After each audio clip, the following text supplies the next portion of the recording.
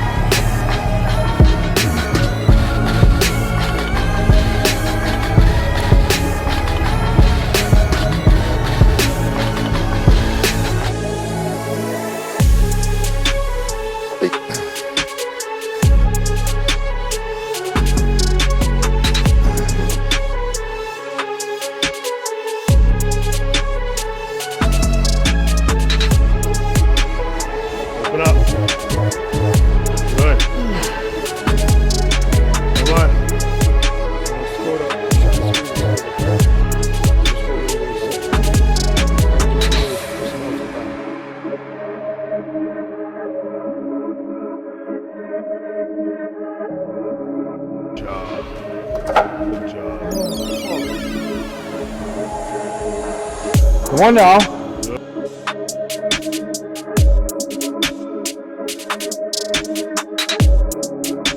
Like I said, I think I got in the mindset during my prep last year of more and more. So, volume was just, I did what would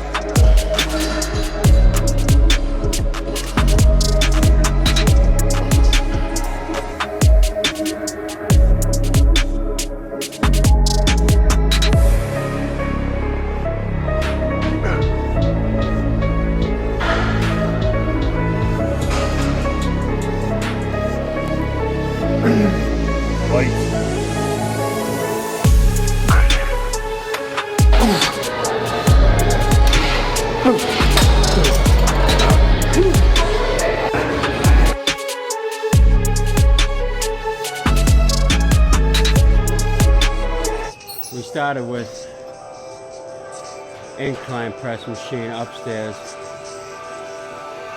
I can never go heavy on inclines, my shoulder gets fucked up. So we did a few sets up there. Came downstairs, did the flat machine press. With one working set and then like quadruple drop set. And now, then we did the other machine press, the Atlantis one, which is super good. I got a good fucking pump going. So we're finishing off our cables. We're gonna do probably 3 working sets there, and then we're gonna wrap it up.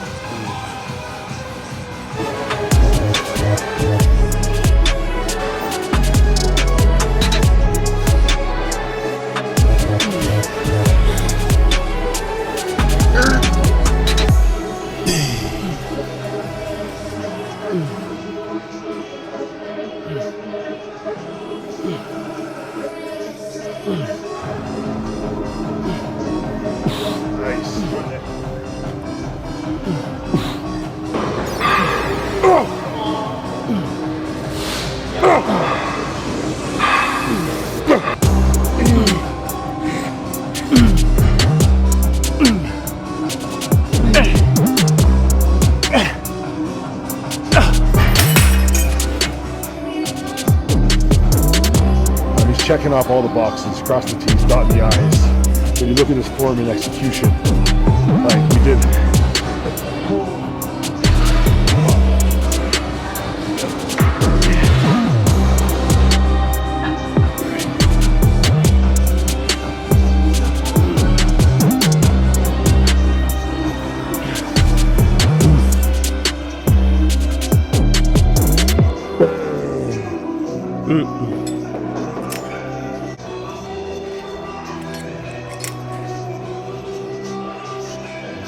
I mean, sometimes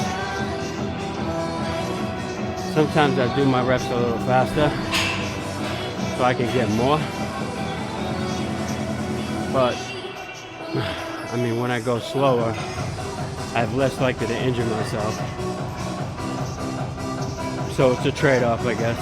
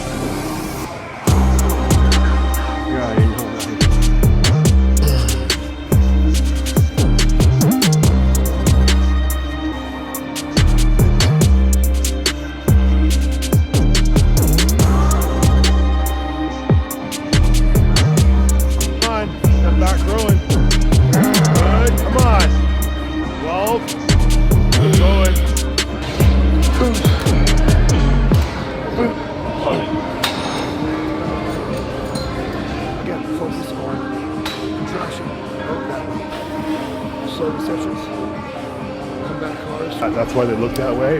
And just being able to train with Nick and just to see someone with those crazy genetics.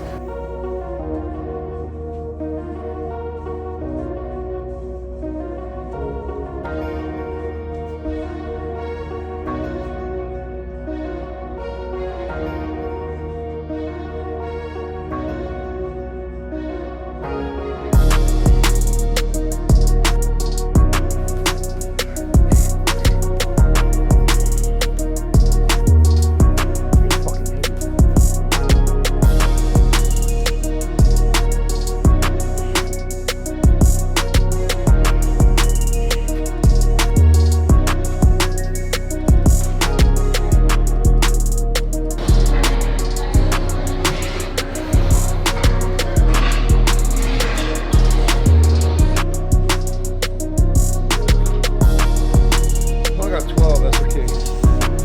That's all a lot. I got you. Keep it tight. One more. Come on.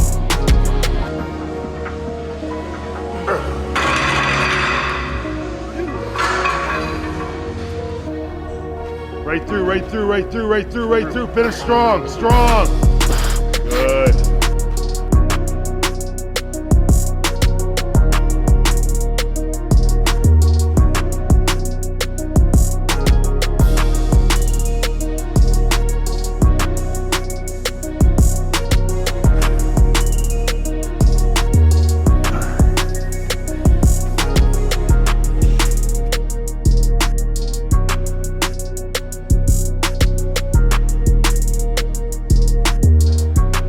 That hurt.